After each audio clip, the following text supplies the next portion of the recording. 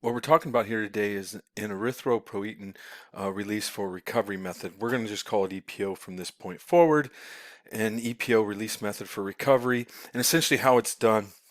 I'll get into more details later, but just if you're watching this video to figure out how it works is basically what you do is you start walking at a normal pace while you're breathing through your nose.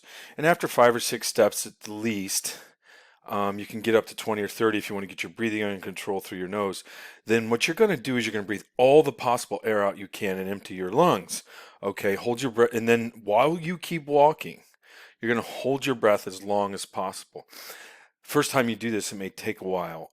I would recommend that if you can't get over 10 seconds, you may want to do this 3 or 4 times to get this effect. But if you can get over 10 seconds, and hopefully you can get close to 20 and 30, uh, before you have to take a gas for air, okay? And then what's going to happen is you're going to keep walking for 30 to 60 seconds, and then you're going to repeat this method at least twice if you can get up to 20 seconds each. And you're going to hold as long as you can until you gasp for air. That gasping is a sign, hey, you've went to as long as you could. And you may actually have to breathe in through your mouth at that point to get that first breath in, but switch over to nasal breathing as soon as possible with everything that you do. That's in and out nasal breathing. And then this is to be done before your recovery method, about 2 hours before. So let's say you're going to bike in the afternoon, light 20-minute bike for recovery. You're going to do this 2 hours before that. This can also be done with your dynamic warm-up in your game.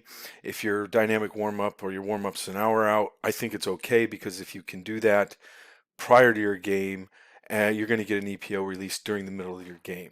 So going on to the next slide, EPO basically is a hormone released in the kidneys that increases white blood cell production, which then carries more oxygen and allows you to recover within your recovery methods or within your just with your bouts of exercise. And again, the key factor for this method is implement it 2 to 3 hours prior to recovery method and or game, in my opinion, and you will be able to get either repeated bouts of exercise or just more out of your recovery methods within the Triphasic Training Recovery Manual.